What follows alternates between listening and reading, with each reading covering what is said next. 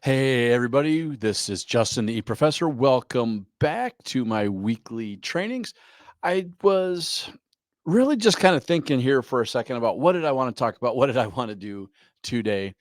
And welcome everybody for coming in. Thank you for being here. If you always do have questions, please write them in the chat box. I will do my best to answer them and respond to you as the day goes on, as the time goes on. This will not be a day long event. It will be shorter, hopefully quicker in nature. So, what did I want to talk about today? What I want to talk about today is really simple. It is new agents. I wanted to focus on my new agents. We're getting an influx of new agents right now. And I thought it would be a really good idea to talk about what does it look like to get started. Now, I'll be honest, some of us in the room already who uh, aren't quote unquote new agents, but are restarting their careers. They are just getting reformatted, rebooted, really maybe just even stalled. These are going to be extremely solid tips and extremely solid solution for really anybody that's there in the business. So don't feel like you need to leave because I said new agents, new realtors.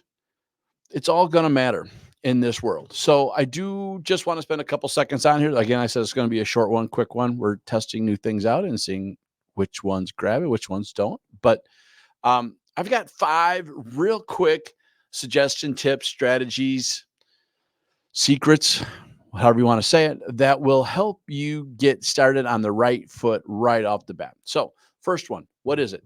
First one is create a solid plan. We need to establish our goals in place, right? How much money do I want to be making? By when do I want to be making? And then once I've established that, I need to know how I'm going to accomplish this. What does my yearly, monthly, weekly, daily calendar look like? What am I doing every day? What time am I getting up? How many phone calls slash touches slash communications am I having with people on a daily basis? There are formulas, folks, out there, and if you find some of my previous episodes of YouTube, you will see that I have given a nice little spreadsheet that will tell you exactly if you want to make so much money, you can figure out exactly how many contacts you need to be making a day. So how does that look inside there? You also have to understand, what does that marketing plan look like for you? Are you going to be just doing a low market dollar, high reach opportunity, or is it a high market dollar, low reach conversation? What are you trying to do with that? We need to have those systems in place real quick. Uh, more often than not, you can work with someone like myself. There's a lot of other great real estate professional trainers, coaches out there that are always willing to help you to get this done. I can name several, including myself, that love to get involved and help you with these strategies. But you need to have that in place. Now, the little caveat I'm going to throw on this conversation is this. I'm a big 12-week year fan. And so you'll see it behind me. And you will see in here that one of the things that I want you to think about is, once you set that quote unquote yearly goal, let's shrink it up a bit. Let's set that goal up. So let's say our goal is to make $100,000 by the end of the year, or since we're a little bit later now, maybe, in 12 months, right? Whatever. Well, I could shrink it up a bit, right? If I know my first 3 months are going to be a little slower, I could say, okay, instead of dividing by 4 and making it 25,000, maybe it's $18,000 for the first, and establish exact steps that I'm doing that, and then I need to review and adjust on that stuff. So I would recommend establishing a solid system of plans in place to help move you forward in your business. So that's one. And I guess we should always go back, right? Should always tell you what we're going to talk about. So the 5 real steps that we're going to talk about in here to help keep your business strong and moving forward is: 1, create and establish a plan. 2, identify your market slash niche. 3, know your local market. 4, have a growth plan. And then 5, find ways to utilize technology to help simplify your life. Okay. So with all of that, let's go back to two. Two, identify that market slash niche or niche, depending on how you guys like to say it. This is what's going to set us apart from our crowds. This is what's going to make us special. You know, we are in an over communicated, over infoed market in communities, right?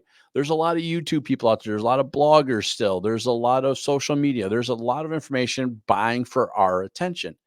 But what's going to garner you the best attention is being extremely specific on the people, location that you're trying to market to. Now, we always got to be careful of our fair housing conversation. So some of these things we have to be a little more nuanced on, but we can be specific. Like I can work with first time home buyers. I can work with luxury markets. I can work with investors, right? What is that special market? And don't worry about chasing other people away.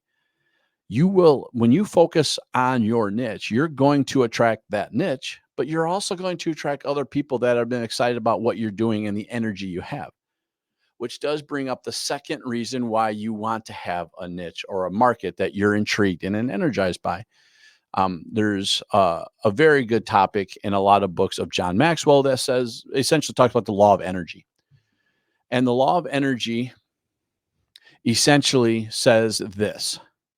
It says, hey, look, we have in here, we have people, things that take energy and give energy.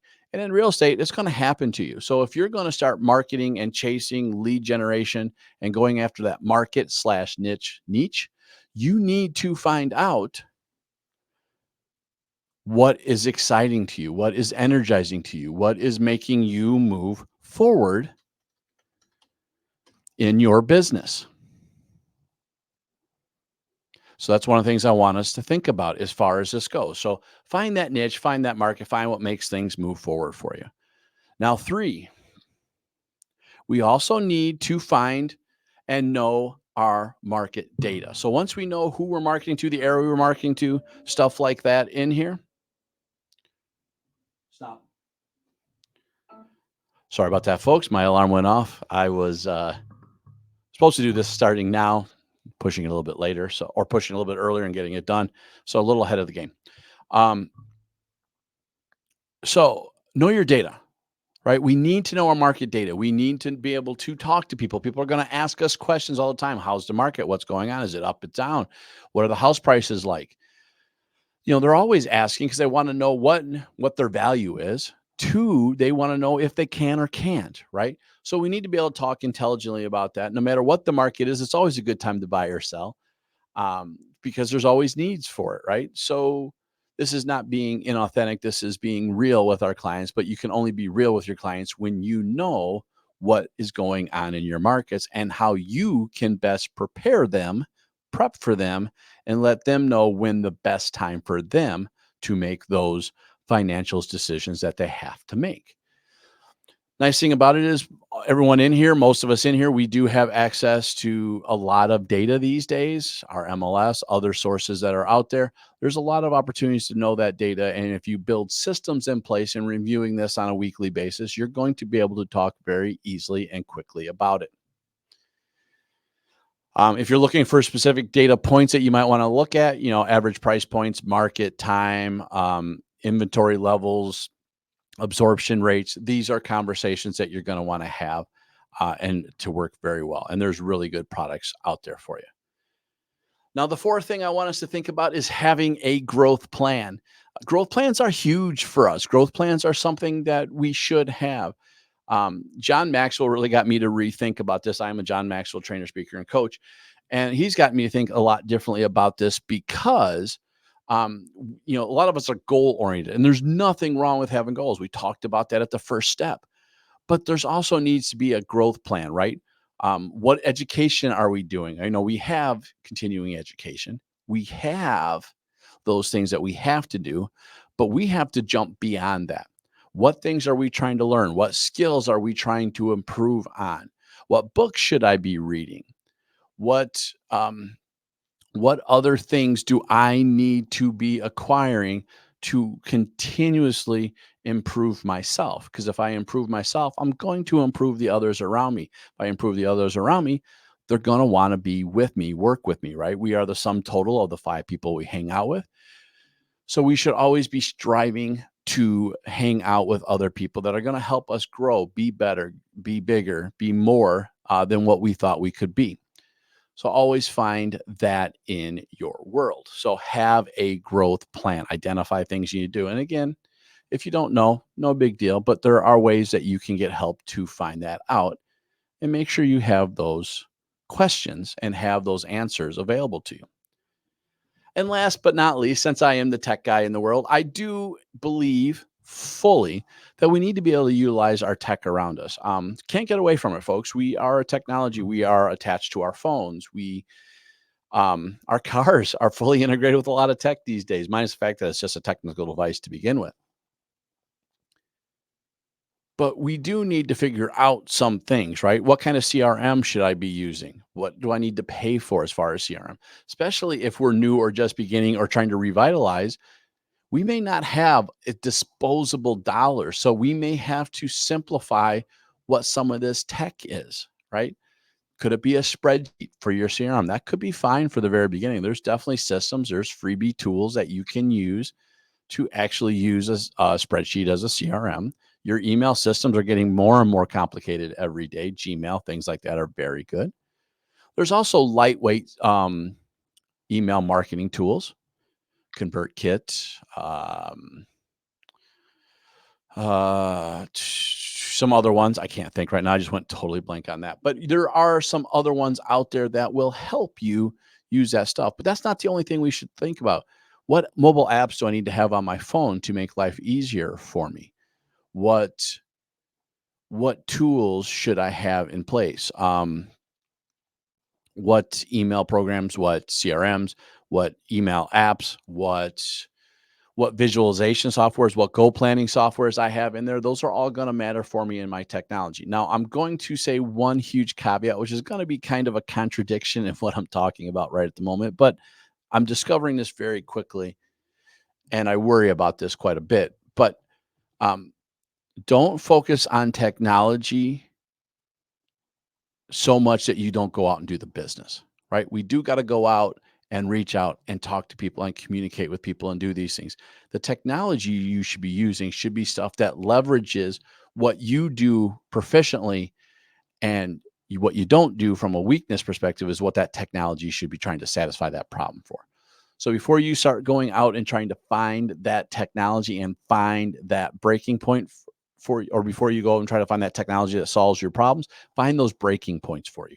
Find those weaknesses in your business that will help you grow. AI is obviously a huge example of that these days. It's helped me out tremendously in the last year. So there's always things like that too. So again, those are the 5 things. I wanted to come out real quick and have a conversation with you on this. Just as a reminder, the 5 things I think they're going to help any new realtor, stuck realtor, people that are transitioning. Establish a plan. Have that plan in place, goals, strategies, what you're going to do. Make sure you know the market you are marketing to. Learn that market. 3, know the data for that market. Be able to speak about it implicitly when someone calls you. Make sure you don't have to look it up. Make sure you have it available to you and you know what's going on. And then have a growth plan, right? It's not enough just to pass the class and be able to sell real estate. You got to be able to identify those weaknesses and continue to grow and try to make yourself stronger, better, faster, quicker. And then last but not least, determine your weaknesses. Leverage technology to help manage your weaknesses so you can improve on your strengths. With that being said, folks, I hope you have a great day. We will see you at the next video. At any point in time that you have questions, please write them in the comment box. You can always email me, but also make sure on YouTube you subscribe, like, hit the bell, whatever all that fun stuff is. That way, when we go live next time, you will see it. It does change on occasion, but I try to do it consistently. But in case I don't, or I do add-ons or bonus ones, you guys won't miss it. So until then, go make some money, and we'll see you next time.